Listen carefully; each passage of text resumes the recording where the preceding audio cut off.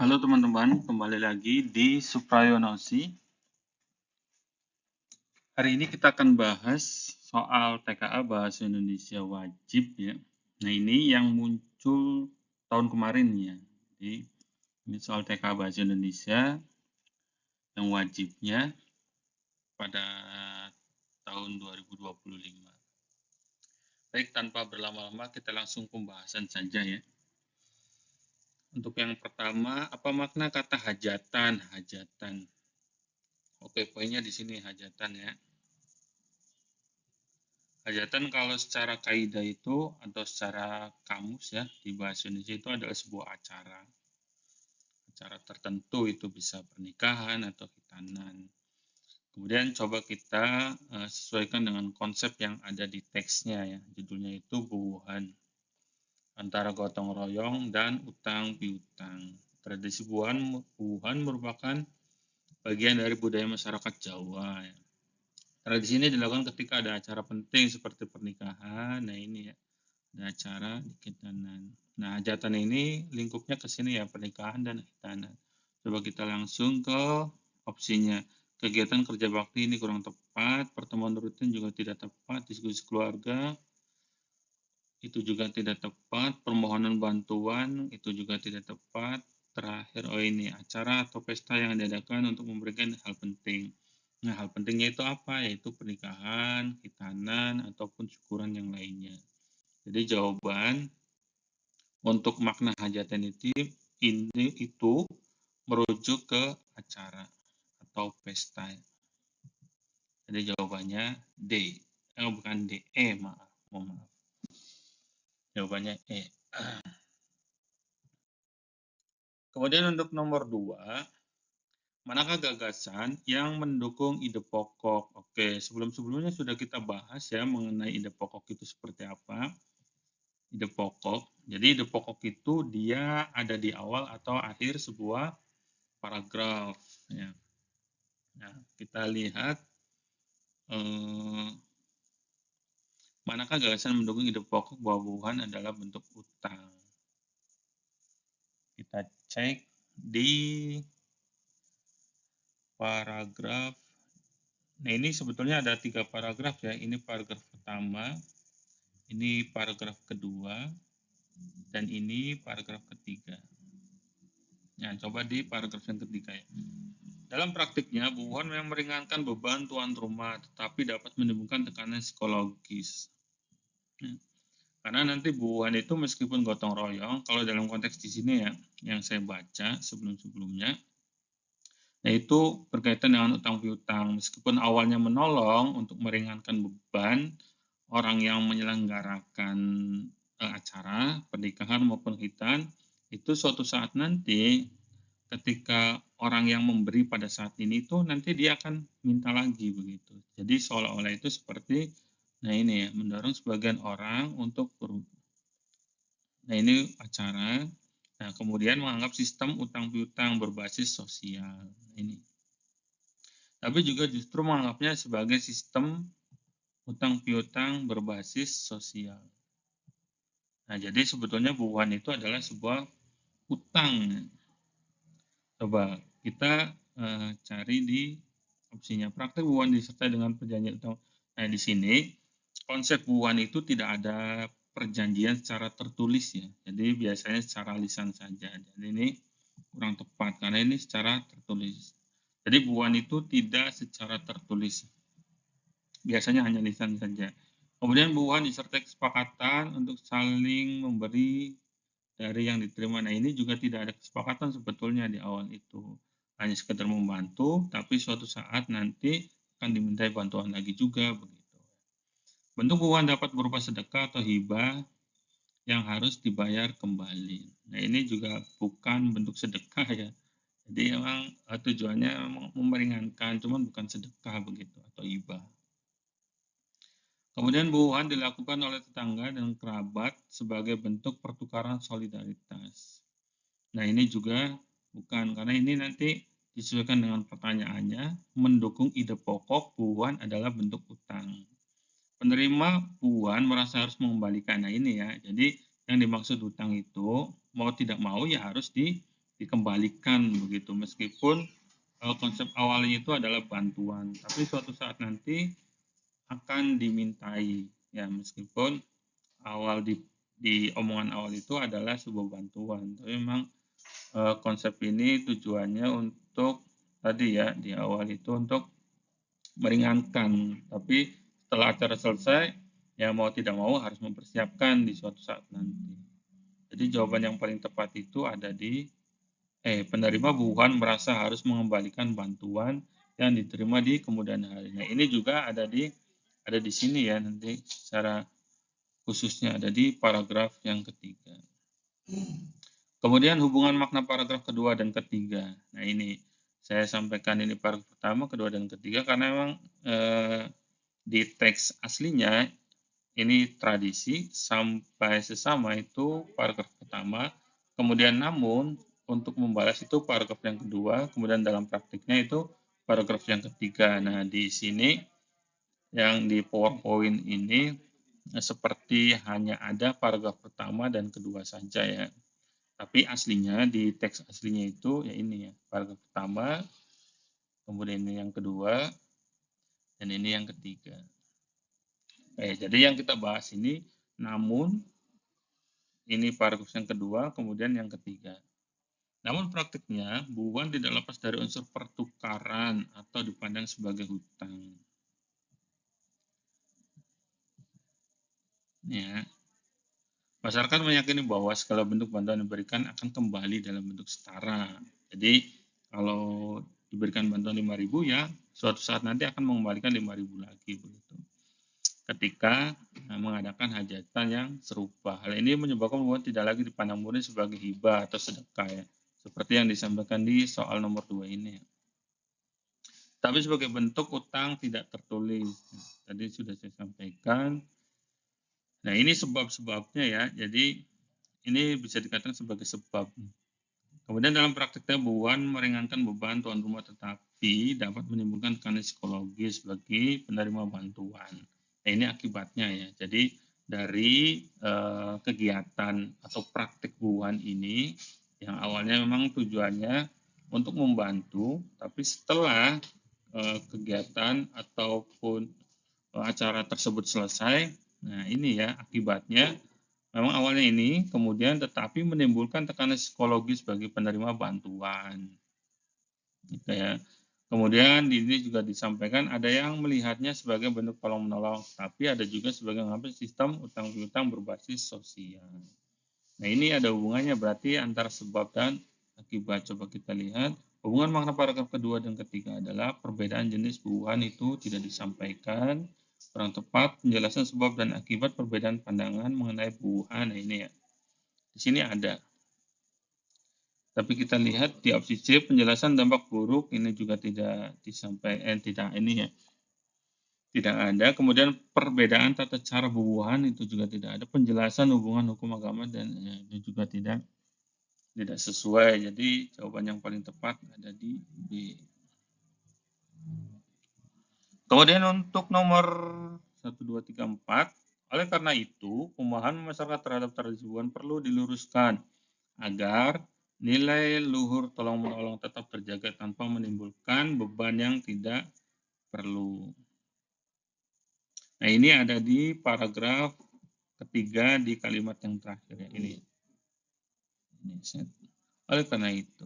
Nah, ini masuknya ke simpulan ya, bisa juga karena ada oleh karena itu bisa simpulan, bisa juga rangkuman. Oleh karena itu dengan demikian itu menunjukkan simpulan, bisa juga menunjukkan rangkuman. Coba kita lihat pertanyaannya.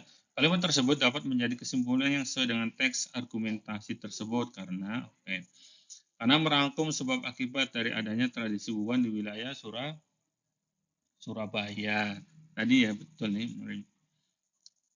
merangkum pemahaman masyarakat terhadap tradisi buuan perlu diluruskan agar nilai luhur. Nah, ini adanya tradisi buuan di wilayah Surabaya karena yang dibahas itu yang ada di daerah tersebut. Kemudian menyimpulkan ketidaksetujuan. Nah, di sini tidak disampaikan ya.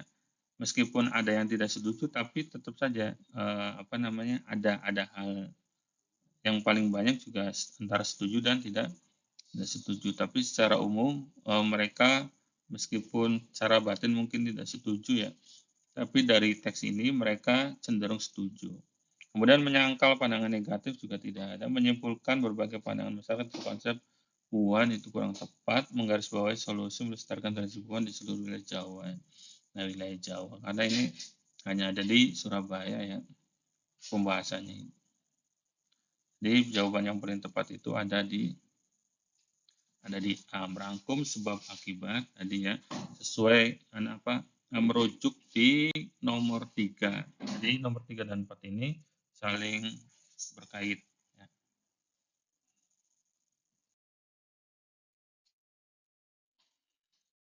Kemudian untuk nomor 5, berdasarkan teks tersebut, bagaimana sifat yang dimiliki oleh layur. Layur.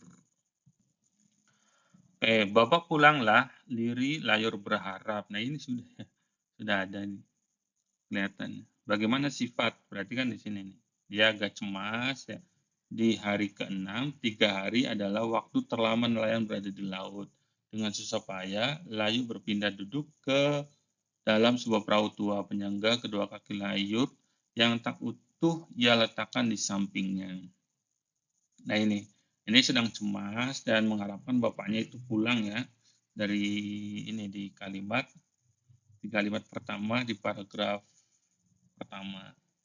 Ini sudah bapak pulanglah, liri layur berharap. Ini sudah kelihatan itu salah satu karakternya ya. Nekat dan optimis tidak sesuai yang ada di teks, mudah cemas dan tabah. Ya. Ini mudah cemas dan tabah. Di sini Bapak pulanglah liri. Nah, ini meskipun khawatir tapi tidak pencemas ya. Nah, namanya manusia biasa begitu ya. Ketika bapaknya belum pulang berhari-hari, apalagi hari ke-6 nih, dia merasa cemas. Tapi memang bukan karakternya ya begitu. Bukan karakter yang melekat begitu. Kemudian penuh harap dan kasih sayang. Nah, ini harap. Jadi selama 3 hari itu waktu terlama ya, sedangkan bapaknya ini sudah ke-6 hari tidak pulang-pulang begitu. Jadi dia berharap di sini sudah disampaikan secara tersurat sudah tertulis nih ya. Penuh harap sudah, kemudian kasih sayang menyayang kedua kaki. Nah, aku tidak boleh berpikir buruk, Bapak pasti pulang dengan selamat. Aku akan tetap menunggunya di sini sambil berdoa. Nah, ini doa itu sebetulnya bentuk kasih sayangnya kepada seorang gitu. Suka menyindir dan tegas, cepat panik dan menyalahkan keadaan ini kurang tepat.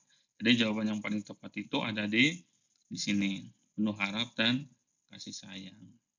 Kemudian soal selanjutnya, apa yang menyebabkan layur kesal kepada bapaknya? Yang menyebabkan ini ada di kalimat terakhir ya ini. Ada di kalimat terakhir. Bapak dari mana? Bapak sudah 3 hari telat pulang. Seru layur kesal. Nah, ini ya. Jadi yang menyebabkan layur kesal itu karena bapaknya nggak pulang-pulang begitu. Kesel aja begitu ya. Matanya berkaca-kaca menahan rindu dan cemas. Tidak pamit, tidak kurang tepat, tidak membawa banyak ikan, kurang tepat, tidak setuju. Layur menunggu itu juga kurang tepat, tidak kunjung pulang setelah 6 hari. Nah, ini ya. Jadi selama 6 hari melaut itu bapaknya nggak pulang-pulang. Begitu akhirnya pulang, si layur itu senang, tapi ada kesal-kesalnya juga begitu ya. Di sini disampaikan secara tertulis begitu. Jadi itu udah terlihat ya jawabannya, bukan tidak menepati janji. Jadi jawabannya tidak kunjung pulang setelah 6 hari melaut. Kemudian untuk soal selanjutnya, bagaimana kisah yang sesuai untuk menutup cerita layur merasa lega pada cerita tersebut? Oke, karena di sini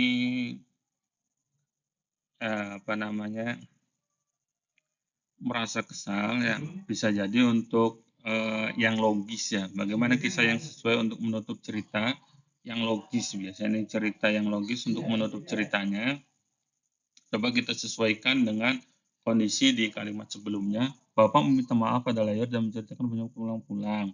Bapak membimbing layur pulang dan berjanji. Bapak memeluk layur dan merasa senang karena akhirnya bisa bertemu putrinya kembali. Layur membereskan sampah dan memberikan hasil tangkapan. Layur berterima kasih kepada, nah ini ya. Jadi yang dibicarakan itu sebetulnya bukan masalah ikan dan sebagainya, yaitu ya ini ya. Jadi kenapa Bapak itu sudah 3 hari telat pulang, bahkan sampai 6 hari nggak pulang-pulang begitu. Jadi di sini layur kesal itu banyak pertanyaan atau tanda tanya besar begitu. Kenapa bapaknya tidak pulang-pulang begitu. Jadi yang logis untuk melengkapi kisah akhir atau penutup cerita dari teks tersebut. Nah, ada di sini ya, Bapak meminta maaf ini ya. Jadi ketika membuat orang lain kesal, nah, secara naluri akan meminta maaf begitu kepada layur anaknya, kemudian menceritakan penyebabnya. Nah, jadi kesal ini sebetulnya pertama tidak pulang-pulang, yang kedua setelah bertemu ya ada unsur keingintahuan begitu. Kenapa bapaknya itu tidak pulang-pulang begitu. Makanya secara naluri manusia, nah, kalau misalnya hal tersebut terjadi, maka dia akan menceritakan begitu, yang menyebabkan dia telat pulang. Nah ini ya, jadi yang lebih logis dibandingkan opsi-opsi yang lain begitu. Jadi opsi A ini yang paling tepat. Kemudian untuk nomor selanjutnya, bagaimana reaksi yang ditunjukkan oleh Bapak ketika rumahnya lulu lantak dan bondet buatannya melukai layur. Nah ini ada di sini ya, separuh rumah layur lulu lantak karena simpanan bondet. Badan bondetnya itu meledak ya. Jadi reaksi yang ditunjukkan oleh Bapak ketika rumahnya lulu lantak dan bondet buatannya melukai layur. Oke. Nah, ini di kalimat selanjutnya, ledakan bondet di gudang tak hanya merusak rumah tetapi mencelakai anak semata wayangnya. Nah ini ya, coba kita lihat reaksinya setelah kejadian. Dia berteriak. Nah ini reaksi bapaknya, menepuk-nepuk dadanya dan menangis. Nah ini biasanya oke ini. Nah, tepuk-tepuk karena dia menyesal begitu. Sejak saat itu bapaknya meninggalkan usaha pembuatan bondet. Baik kita cocokkan, merasa trauma dan membutuhkan waktu tidak ya, kurang tepat. Menunjukkan respons yang biasa ini juga tidak, karena ini histeris ya, terkejut, sangat terkejut dan sungguh menyesal. Nah ini cocok ya, sesuai dengan ada di teks. Kemudian marah terhadap orang lain, oh bukan, bingung dan berusaha, oh ini juga bukan ya. Jadi jawaban yang paling logis dan paling tepat itu ada di opsi C. Kemudian untuk nomor selanjutnya, mana urutan peristiwa berikut yang paling sesuai dengan teks? Wah, teksnya kecil sekali ya. Mohon maaf sebelumnya karena memang terlalu panjang dan tidak cukup untuk di sini ya, di slide PowerPoint-nya. Manakah urutan peristiwa berikut yang paling sesuai dengan isi teks? Di sebuah daerah wisata yang terkenal dengan pantainya yang indah, pemerintah setempat gencar mengkampanyekan pantai bersih tanpa sampah. Nah, ini diawali ini dulu ya. Kalau di isi teks diawali ini dulu, turis ya. Turis berfoto dan membuat konten. Coba kita lihat dulu karena ini gambarnya ya. Saya hanya menyesuaikan gambar. Kita lihat teksnya. Suatu hari Pawayan, seorang nelayan yang tua dan melaut, sedang membaring jaringnya di tepi mudi kecamatan hitam dan membawa botol minum warna-warni. Wah, pantainya bersih ya guys. Nah ini ya. Di samping kelompok turis. Nah ini di awal ini dulu. Kemudian Pawayan mengut sampah. Indah sekali tanpa dan sebagainya. Karena ini cuma hanya satu ya. Jadi kita langsung ke ini saja. Tanpa berlama-lama begitu. Karena tidak ada pembandingnya begitu. Ini sudah jelas jawabannya. Karena Pawayan melihat foto turis di media, enggak ya. Pemerintah bukan. Karena di sininya Pawayan melihat foto turis enggak ya. Jadi melihat langsung begitu. petugas ke dapur tidak, wayang mengungut sampah tidak. Jadi diawali ini dulu ya. Kalau lebih kompleksnya sebetulnya di ini dulu ya. Ada slogan mengkampanyekan pemerintah, kampanyekan kebersihan begitu. Kemudian ada turis yang berfoto dan membuat konten kalau lebih kompleksnya ya. Tapi disesuaikan saja dengan opsinya. Jadi yang paling tepat itu ada di B. Pesan moral yang tersirat melalui dialog antara pewayan dan petugas kebersihan. Oke, di mana ya? Kita lihat. Nah, ini ya, sudah terlihat. Tak lama kemudian, seorang petugas kebersihan berseragam oranye, datang dengan sapu dan karung. Pewayan, sudah banyak lagi ya sampahnya. Ya, sudah biasa, nak. Namanya juga sampah estetik, cuma bagus di foto, tapi busuk di mata dan bau di hidung. Nah ini ya, jadi apa nih kira-kira pesan percakapan dari petugas kebersihan dengan Pak Wayan? Menjaga kebersihan pantai adalah tanggung jawab utama, ini juga bukan ya. Wisatawan seringkali menikmati, nah ini ya. Nah ini terlihatnya itu, seringkali menikmati keindahan alam tanpa memiliki kepedulian yang dalam. Nah ini ya. Ini namanya sampah estetik, nih, estetik. Kaitan dengan keindahan. Namanya, ya ini namanya sampah estetik, cuma bagus di foto. Nah ini kan sudah dijelaskan ya. Jadi wisatawan itu ya memang seringkali menikmati keindahan alam tanpa memiliki kepedulian untuk mendalam, misalnya membersihkan dan sebagainya. Gitu. Kesedaran lingkungan, suka media sosial menjadi saran positif. Nah, karena di sana tidak disampaikan hanya sekadar untuk kepentingan diri sendiri saja ya. Nelayan dan pengguna seringkali menjadi pihak terdampak. Oh, tidak ya. Karena yang dibahas itu adalah percakapan antar petugas dan Pak Wayan. Jadi jawabannya ini ya.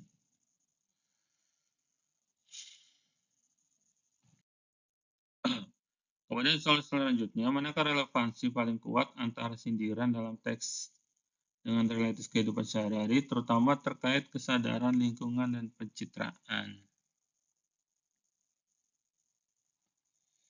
Oke. Kritik terhadap kampanye pantai bersih yang hanya menjadi slogan menunjukkan kurangnya efektif program, bukan ya. Sindiran bagi pembuat konten liburan ramah lingkungan hanya untuk pencitraan. Nah ini karena kita disesuaikan dengan teks, ya mau tidak mau ya harus sesuai begitu. Sindiran bagi pembuat konten liburan ramah lingkungan hanya untuk pencitraan semata karena tetap membuang sampah sembarangan. Nah ini ya kondisi realitinya demikian. Penggambaran turis yang kewalahan menghela nafas mencari beban kerja, bukan. Keadaan pewayan terbiasa dengan pemandangan sampah, ini juga bukan. Kontras. Nah ini karena yang ditanyakan adalah relevansi kesesuaian yang paling kuat antara sindiran dalam teks dengan realitas kehidupan. Nah ini ya ada di opsi B, sindiran bagi pembuat konten. Kadang buat konten seolah-olah lingkungan bersih dan sebagainya, atau ini ya apa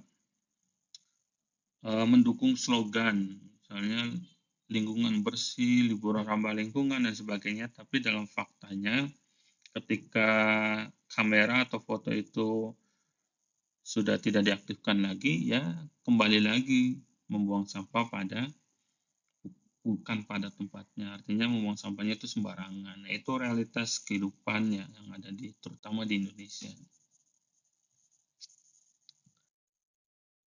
Kemudian nomor selanjutnya, bagaimana hubungan makna antara paragraf 1 dan kedua dalam teks tersebut? Hubungan, oke. Kita baca dulu di paragraf pertama. Berdasarkan hasil riset LIPI, terjadi peningkatan sampah plastik selama pandemi. Hal ini disebabkan oleh penggunaan layanan delivery makanan lewat jasa transportasi online. 96% paket dibungkus dengan plastik yang tebal dan ditambah dengan bubble wrap. Oke. Selain itu, selotip, bungkus plastik, dan bubble wrap merupakan pembungkus berbahan plastik yang paling sering ditemukan, sama itu juga melonjak. Oke. Kemudian di paragraf yang kedua, salah satu faktor penyebab dari permasalahan tersebut adalah dengan pertambahan jumlah penduduk. akan terjadi peningkatan aktivitas manusia dan daya konsumsi yang melonjak. Kali ini menyebabkan peningkatan jumlah dan jenis limbah sehingga menyebabkan lingkungan menjadi tercemar. Selain sampah, penebangan pohon secara liar sampai pada pembakaran hutan menjadi penyumbang terbesar dalam kerusakan ekosistem. Oke, itu ya. Yang awal pembahasannya mengenai sampah plastik ya. Kemudian yang kedua, pertambahan jumlah penduduk dan terjadi peningkatan aktivitas manusia sehingga daya konsumsi yang melonjak menyebabkan meningkatnya jumlah dan jenis limbah.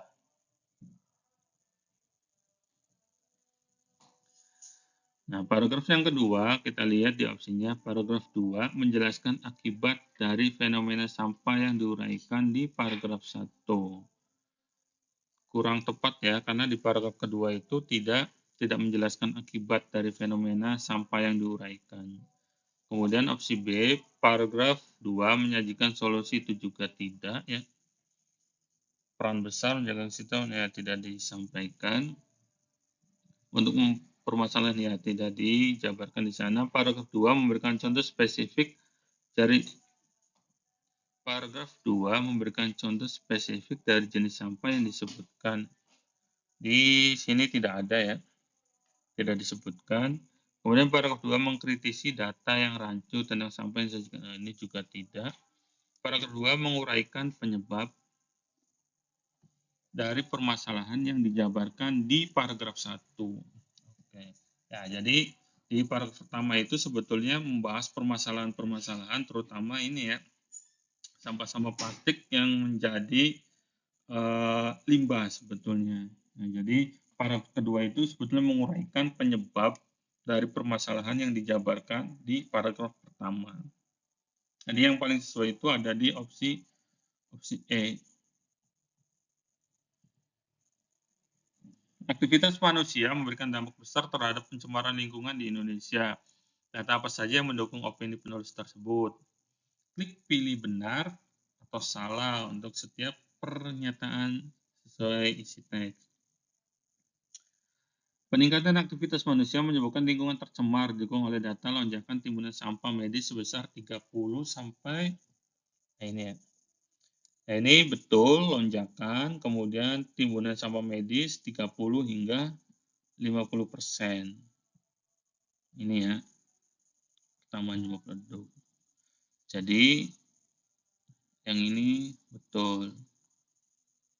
Tingginya jumlah dan jenis limbah didukung oleh data 96 paket dibungkus dengan plastik tebal dan bubble wrap. Nah, ini ada di sini ya. 96% dibungkus dengan plastik tebal dan ditambahkan dengan bubble wrap. Ini juga betul. Kebakaran hutan yang merusak ekosistem didukung data bahwa Indonesia merupakan negara kedua penyumbang sampah. Oke, kita lihat. Dari data tersebut, Indonesia merupakan negara kedua penyumbang polusi sampah di lautan. Nah, sedangkan di sini kebakaran hutan merusak ekosistem didukung data bahwa Indonesia merupakan negara kedua penyumbang sampah. Jadi ini sudah tidak relevan ya, atau beda data begitu. Memang Indonesia penyumbang kedua, tapi dalam hal polusi sampah, bukan kebakaran hutan. Jadi yang ini salah. Kemudian untuk nomor selanjutnya, mengapa penulis memilih istilah bahu-membahu untuk menggambarkan peran semua pihak dalam upaya pelestarian lingkungan?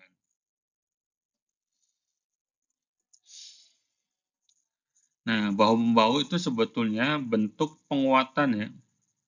Saling bantu-membantu. Itu kan penguatan begitu. Gotong royong dan sebagainya. Nah, itu juga sebetulnya bentuk kolaborasi lah. Bentuk sinergi.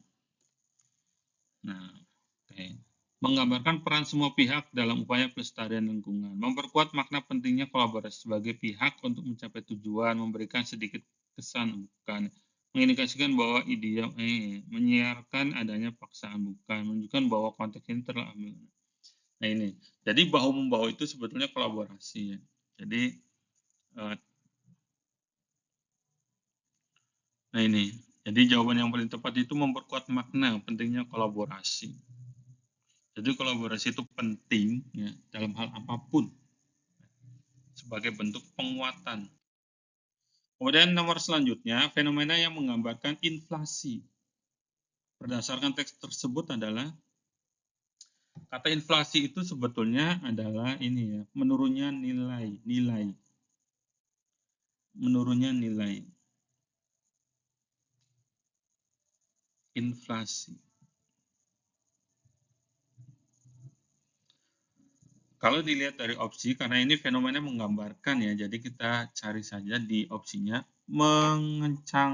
pengencangan anggaran, ini bukan ya, bukan inflasi.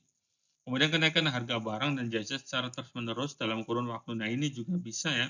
Jadi ini bisa menggambarkan inflasi, kondisi inflasi karena nilai nominalnya itu semakin turun, maka bisa jadi harga barang atau jasa itu malah semakin naik begitu karena memang nilainya turun. Ya, jadi itu inflasi. Kemudian biaya yang mendorong kemandirian ekonomi ini juga bukan, pergeseran tren bukan, lambatnya sektor penilaian ini. Jadi kita langsung saja ini ambil ya, kenaikan harga barang. Nah, terus-menerus itu diakibatkan oleh inflasi karena nilai uangnya itu turun. Sehingga barangnya itu ya dianggapnya naik begitu. Kemudian peristiwa yang menggambarkan tantangan perekonomian global.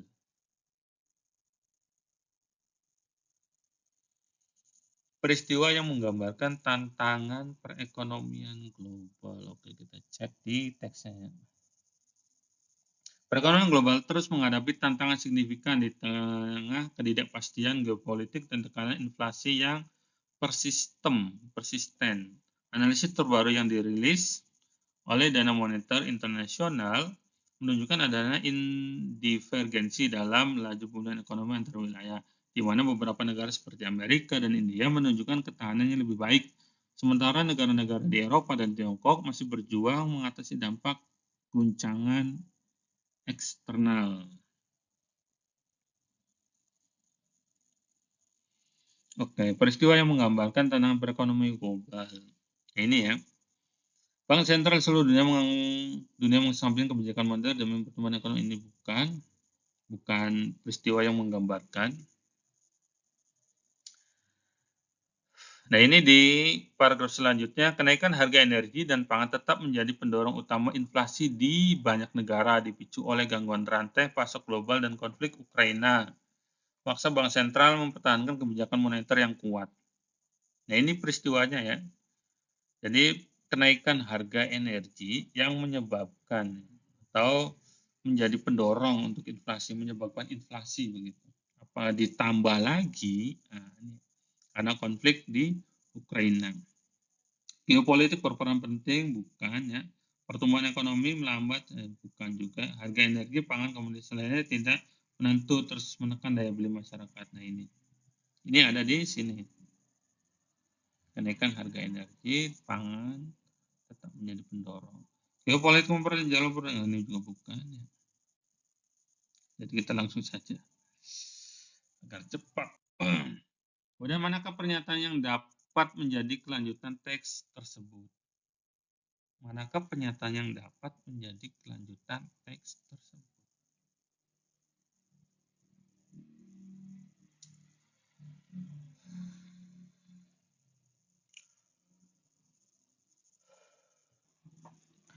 Baik, kelanjutannya. Jadi kita fokus di paragraf terakhir saja. Ke depan, koordinasi kebijakan ekonomi antar negara menjadi kunci kestabilan kondisi global. Ambil kata kuncinya ya. Reform pendidikan, produktivitas, dan sains dianggap krusial untuk masa pertumbuhan kelanjutan jangka panjang. Para ekonom memprediksi bahwa prospek ekonomi dan sangat tergantung pada evolusi inflasi, poinnya ya, respons kebijakan moneter, dan perkembangan situasi geopolitik di seluruh dunia. Bagi Indonesia kondisi ini kayak coba kita sesuaikan ya, sesuaikan dengan kata kunci yang ada di sini saja. di paragraf yang terakhir karena disesuaikan dengan pertanyaannya, manakah pernyataan yang dapat menjadi kelanjutan teks tersebut. Peran aktif IMF dan Bank Dunia ini tidak disampaikan ya. Jadi tidak bisa menjadi penguat untuk kalimat selanjutnya. Dampak langsung kebijakan suku bunga Bank Sentral ini juga bukan. Analisis mendalam mengenai skenario kemungkinan-kemungkinan terkait evolusi inflasi, betul, respons kebijakan serta situasi geopolitik. Nah, ini ya hampir, tapi kita lihat opsi yang lain. Analisis mengenai skenario dan kemungkinan-kemungkinan terkait evolusi inflasi, respons. Nah, ini hampir sama ya. Perbedaannya hanya ada di analisis mendalam mengenai, kemudian analisis mengenai skenario. Ya. Pentingnya investasi ini bukan. Jadi jawabannya ada di C dan D. Oke, kita balik lagi kita lihat di paragrafnya ya. Para ekonom memprediksi bahwa prospek ekonom akan sangat tergantung Analisis mendalam mengenai skenario atau analisis mengenai skenario dan kemungkinan-kemungkinan terkait evolusi inflasi. Perbedaannya hanya ada di mendalam dan tidak ada ya. Nah, karena konsepnya prediksi ya, jadi belum ada tindak lanjutannya. Jadi masih prediksi saja ya. Belum lebih lanjut. Nah, beda halnya misalnya sudah melakukan aktivitasnya begitu. Karena prosesnya masih memprediksi, maka mendalam ini tidak berlaku ya. Analisis mendalamnya itu tidak berlaku. Ya. Maka yang diambil itu tidak ada kata mendalam. Analisis mengenai skenario dan kemungkinan-kemungkinan terkait evolusi inflasi. Jadi analisisnya itu hanya mengenai skenario saja, analisis biasa begitu. Karena disesuaikan dengan yang ada di sini, prediksi. Ya, jadi jawaban yang paling tepat itu ada di D. Kemudian kalimat. Kemudian nomor selanjutnya, makna dari istilah halaing, hebong, dan selosen dalam teks tersebut adalah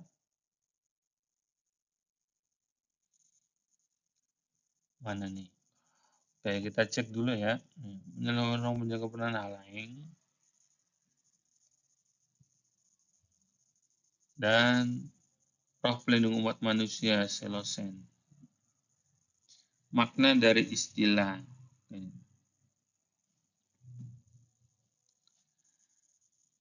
Ritual keagamaan menjalin hubungan antar harmonis dengan roh penjaga pertanian atau disebutnya halaeng ya. Kemudian roh pelindung umat manusia itu disebutnya selosen. Oke. Jenis topeng bukan, nama suku juga bukan, judul nyanyian juga bukan, sebutan khusus untuk roh penjaga, ini penjaga pertanian. Nah ini udah dapat. Jawabannya adalah E. Mohon maaf. Agak ngeblank. Jawabannya adalah D.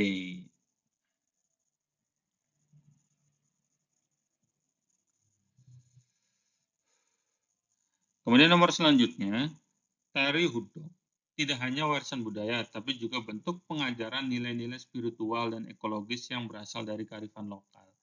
Pernyataan mana yang mendukung ide tersebut? Tari hudok tidak hanya warisan budaya, tapi bentuk pengajaran nilai spiritual dari kearifan. Mana yang di sini? Tari sekadar pertunjukan ini ya. Dengan demikian jelaslah bahwa tari hudok itu bukan sekadar pertunjukan.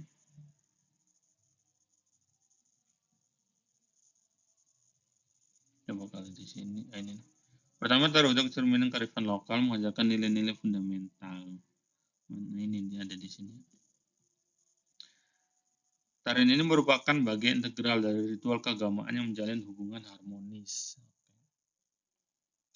Tari hudok menyajikan tontonan, bukan ya? Ini tidak relevan, kurang mendukung ya, tidak bisa mendukung di kalimat ini. Tari hudok menggunakan topeng kayu, ini juga tidak. Hudok menggambarkan semangat petani suku Dayak dalam menjaga hasil panen, ini juga bukan ya.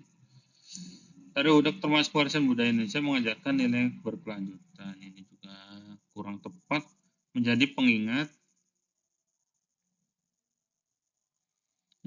kuat akan ketergantungan manusia pada alam. Ini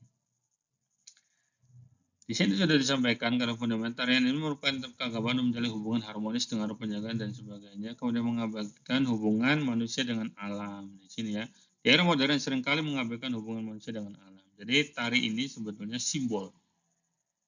Tadi juga nih di sini dijelaskan mengingatkan kita bahwa pentingnya hubungan harmonis antara manusia dan alam.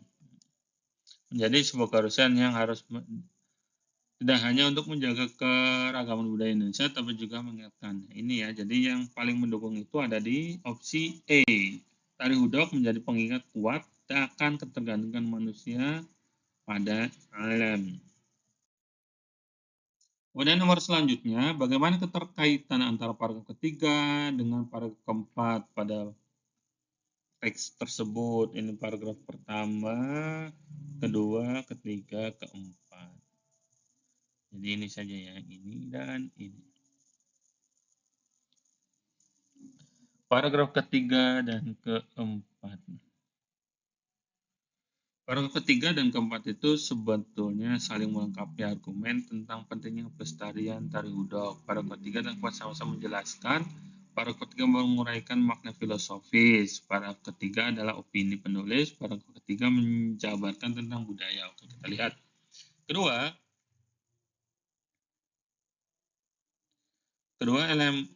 setiap elemen dalam tari Hudok mengandung simbolis. Ketiga, terus memiliki nilai edukatif yang tinggi bagi masyarakat, termasuk wisatawan. Nah, ini masih bagian. Ini yang kedua. Ini adalah bentuk, ini opini ya. Opini pertama.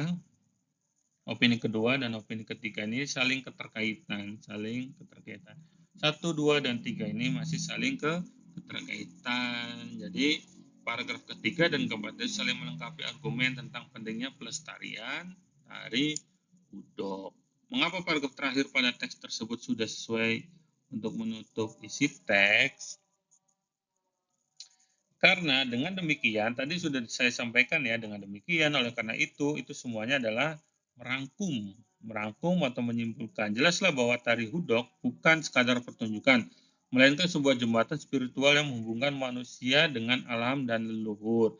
Mengabaikan pelestarian sama saja mengabaikan kekayaan spiritual dan kearifan lokal yang menjadi fondasi budaya kita. Oke. Ya, itu poinnya ya. Jadi merangkum sebetulnya. Mengapa paragraf terakhir pada teks tersebut sudah sesuai? Karena sudah merangkum seluruh isi bacaan. Tapi kita lihat ada tidak merangkum atau menyimpulkan. Berisi fungsi bukan menekankan peran penting. Nah, merangkum. Nah, ini juga. Merangkum seluruh poin penting yang memberikan penegasan, menegaskan penjelasan. Oke. Saya ambil merangkum seluruh poin penting dan memberikan penegasan yang kuat tentang pelestarian Hudok. Ini ya. Mengabaikan pelestarian sama saja mengabaikan ini penegasnya. Kemudian investasi untuk masa depan, memastikan nilai-nilai berharga dan tetap hidup relevan bagi generasi mendatang. Kemudian untuk nomor selanjutnya, apa makna kata sesepuh? Sesepuh itu orang tua ya. Sesepuh itu orang tua, orang yang dituakan. Coba kita lihat. Nah, ini sudah ada. Orang yang dituakan dan dijadikan pemimpin, nah itu sepuh. Kemudian tradisi belis memiliki makna nilai positif. Manakah gagasan penjelas yang mendukung gagasan pokok tersebut? Tradisi belis memiliki banyak nilai positif. Mana nih? Belis tradisi secara umum.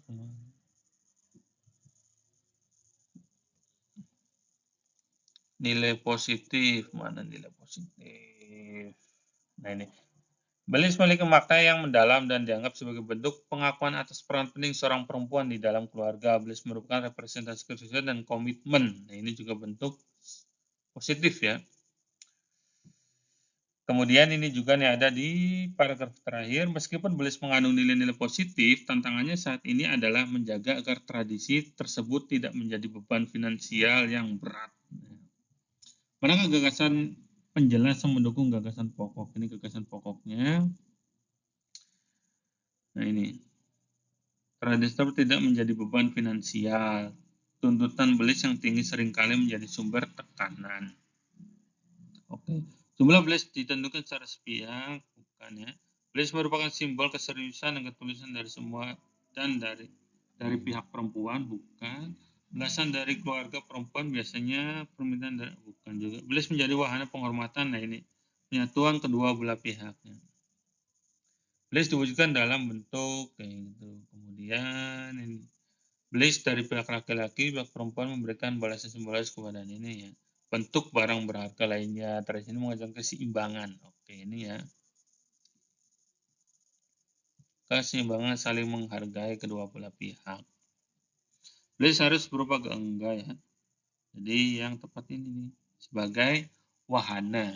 Karena ini sikap positif ya, nilai-nilai positif yang dibahas itu sifat positifnya ya, atau nilai-nilai positifnya. Maka gagasan penjelas yang mendukungnya ini, Blaise menjadi wahana penghormatan.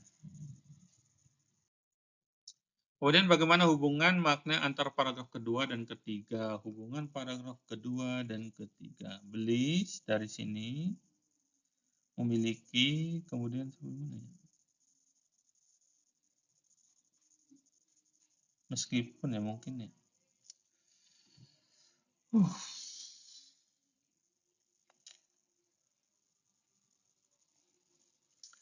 Paragraf kedua tadi mendalam dianggap sebagai bentuk pengakuan atas pengakuannya, kemudian nilai-nilai positif coba kita sesuaikan.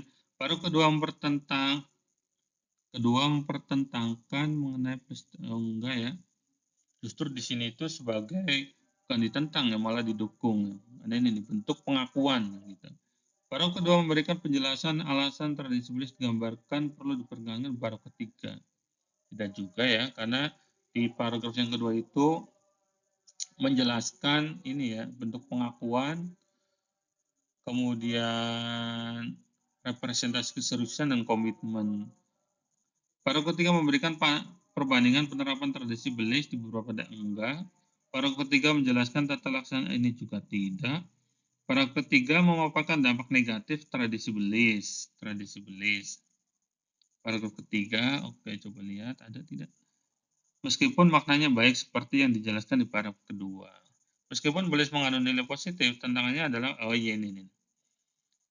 Ini negatifnya ya, tantangannya ini saat ini adalah menjaga agar tradisi tersebut tidak menjadi beban finansial. Nah ini ya, meskipun betul tadi sudah dijelaskan di paragraf yang kedua. Tuntutan Blaise tinggi sering sekali menjadi sumber tekanan. Nah, ini negatifnya. Jadi jawaban yang paling tepat itu ada di E. Paragraf ketiga memaparkan dampak negatif. Nomor selanjutnya, dengan demikian perlu untuk memikirkan ulang makna Blaise dan menetapkan cara ataupun perhitungan cara besaran Blaise yang lebih fleksibel. Kalimat tersebut dapat menjadi simpulan yang sesuai teks argumentasi tersebut karena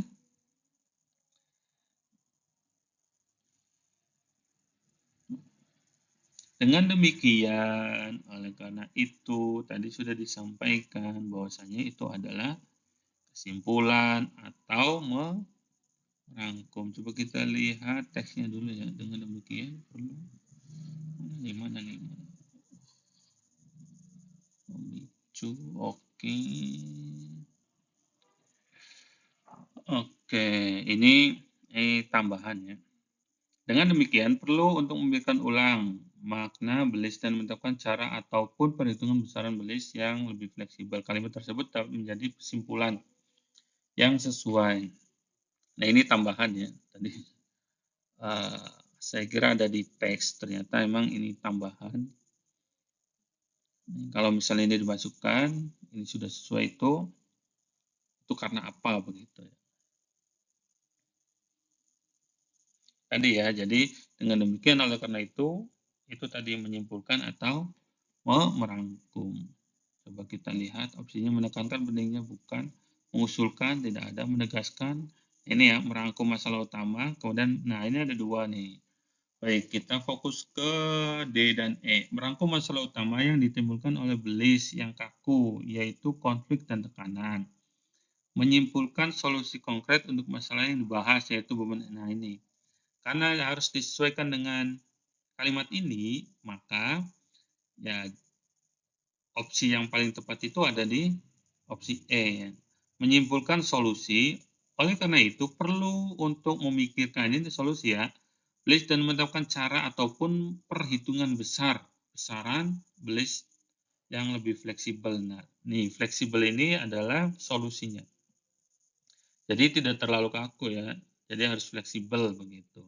Sedangkan di sini tidak menjelaskan. Ini pertentangan, ini fleksibel, sedangkan di sini adalah kaku. Jadi jawaban yang paling tepat itu ada di E. Nah itu ya, jadi kalau soal-soal bahasa Indonesia itu memang harus teliti betul ya, karena hampir semua jawaban itu benar. Tinggal kita mencari yang lebih tepat.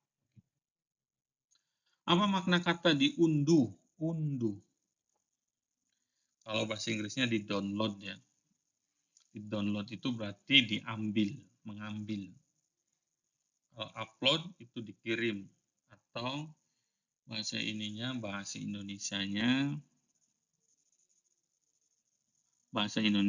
unggah. Makna kata diunduh dalam teks tersebut, diakses dengan internet bukan diambil. Nah ini, diakses, dikontrol, dibuat. Nah ini jawabannya ya. Jadi unduh itu mengambil, ambil dari internet, itu mengunduh atau mendownload. Manakah gagasan yang mendukung bahwa ponsel pintar menimbulkan pergeseran pola komunikasi? Manakah gagasan mendukung bahwa ponsel pintar menimbulkan pergeseran komunikasi? Kita cek ya di teksnya. Nih, kemudian akses informasi dan komunikasi yang diperoleh dari pengguna telepon genggam memberikan manfaat sekaligus dampak masif terhadap interaksi sosial. Ya. Jadi selain dampak positif, ada juga negatifnya ya. Penggunaan telepon itu memang mempermudah dan sebagainya, tapi ternyata di teks ini itu memberikan dampak yang masif, sangat besar ya terhadap interaksi sosial di masyarakat. Bisa jadi interaksinya jadi berkurang begitu. Komunikasi antar individunya sudah mulai dijauhi begitu. Coba kita sesuaikan dengan opsinya. Berkembangnya ponsel pintar mengubah interaksi sosial. Gen Z cenderung menyukai interaksi dalam ruang fisik. Ponsel pintar membuat Gen Z berfokus pada ruang fisik. Interaksi virtual membuat interaksi lain berkurang. Perubahan interaksi sosial adalah tantangan Gen Z. Kita fokus ke A dan D ya. Nah, oke, kita baca selanjutnya. Perubahan ini ya. Perubahan cara komunikasi dari tatap muka ke virtual seiring dengan perkembangan telepon menjadi ponsel pintar mengubah interaksi pola sosial. Dibandingkan ruang fisik, Gen Z lebih menyukai interaksi pada ruang virtual. Nah, itu mengurangi kualitas interaksi sosial secara langsung. Ya, itu ya. Dapat poinnya ya. Jadi yang betul itu nih, interaksi virtual membuat interaksi langsung menjadi berkurang gitu. Jadi jawabannya adalah D. Dan ini lebih spesifik. Kemudian nomor selanjutnya, hubungan makna antar paragraf ketiga dan keempat. Oke, ini paragraf pertama, kedua, berdasarkan ini kedua, ini ketiga, dan ini keempat. Nah, kita fokus ke sini, ketiga dan keempat.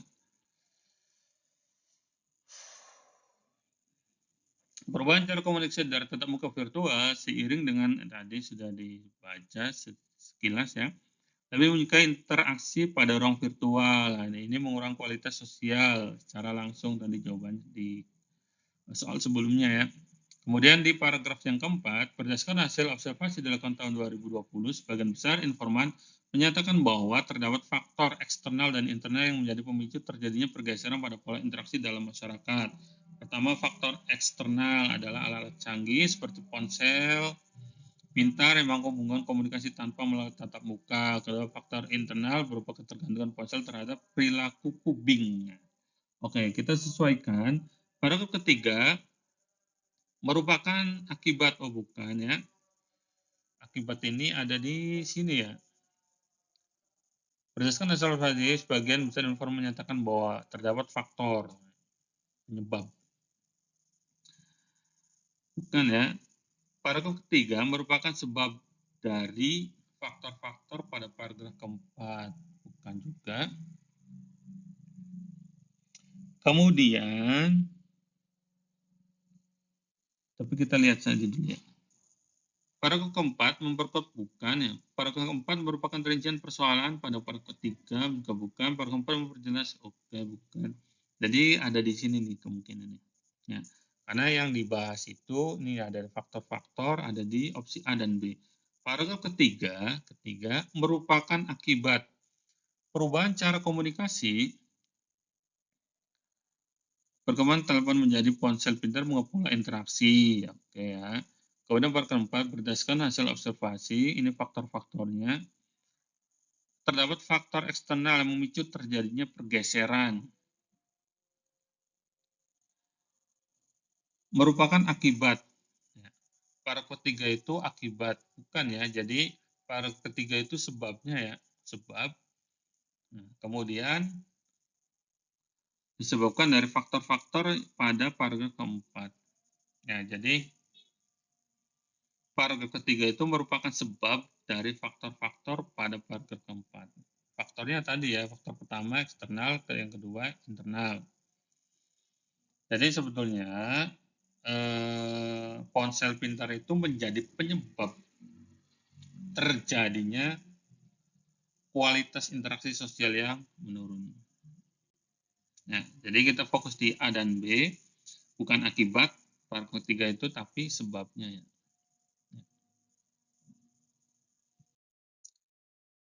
Kemudian nomor selanjutnya,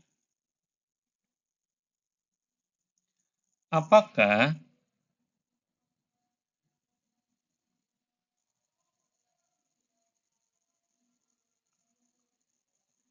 yang menyebabkan konflik dalam kutipan cerpen tersebut?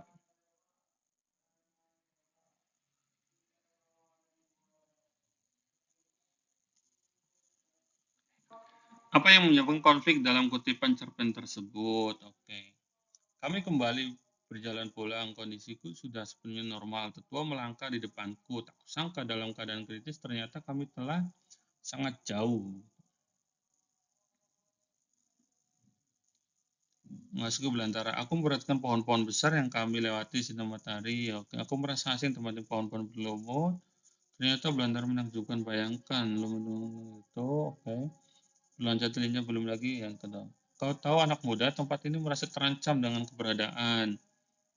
Tetua menghentikan langkahnya dan mengambil sesuatu yang dalam buta. Roh meratus meniupkan wisa ke tubuh kalian. Sayang kawan-kawanmu yang lain terlambat. Kemudiannya. Oke. Apa yang menyebabkan konfliknya ya? Ini peta yang kami dari Rasul. Ternyata kalian masang patok-patok memberi pohon manusia untuk lubang. Pelan kebuka gulungan peta tanganku dari peta terlihat pekerjaan dengan tinggi lancar. Oke. Tetua, izinkan aku tinggal di sini dan bersama kamu menjaga tempat ini. Akhirnya setelah lama hanya diam, aku menatap mata tetua mantap. Nah, ini ya, ini konfliknya ada di sini. Tetua, kelompok tokoh utama dianggap mengancam kelestarian hutan. Ini ya, mengancam keberadaan. Tokoh utama dengan tersebuka. Ketua menemukan peta, bukan ya, ketua bukan. Jadi tadi langsung ke jawabannya ya. Kemudian apa yang dilakukan tokoh utama setelah mengalami peristiwa tersebut? Meninggalkan pekerjaan, menyelesaikan proyek, meninggalkan hutan, menyampaikan laporan, mencari orang pintar. Nah, setelah kondisi tersebut, akhirnya mereka meninggalkan ketua itu, tokoh utamanya ya. Izinkan aku tinggal di sini bersama kamu menjaga tempat ini. Akhirnya setelah manggil, aku menatap dan kedua. Nah, ini ya, jadi Kemungkinan besar karena dia tinggal di tempat tersebut dan dia meninggalkan pekerjaannya dan bergabung dengan tetua yang melindungi hutan. Latarnya ya di hutan ya, karena yang dibahasnya tadi hutan-hutan belantara yang lebat. Jelas ya? Nah, oke.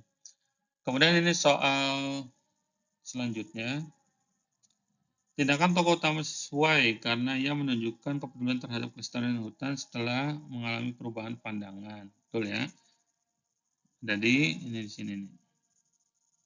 Badan tokoh utama tidak sesuai karena ia telah meninggalkan, ini salah ya. Tindakan tokoh utama sesuai karena ia ingin membuktikan bahwa ia mampu memimpin, ini juga salah. Nah itu. Oke, itu saja yang bisa saya sampaikan ya. Mudah-mudahan bisa dipahami karena memang soalnya itu banyak banget. Itu soal tahun 2025 yang mudah-mudahan di tahun ini 2026 hampir sama lah, tidak beda jauh dengan soal-soal sebelumnya. Semoga bermanfaat untuk kalian semua. Terima kasih sudah menonton. Sekian dari saya. Sampai jumpa di pertemuan selanjutnya.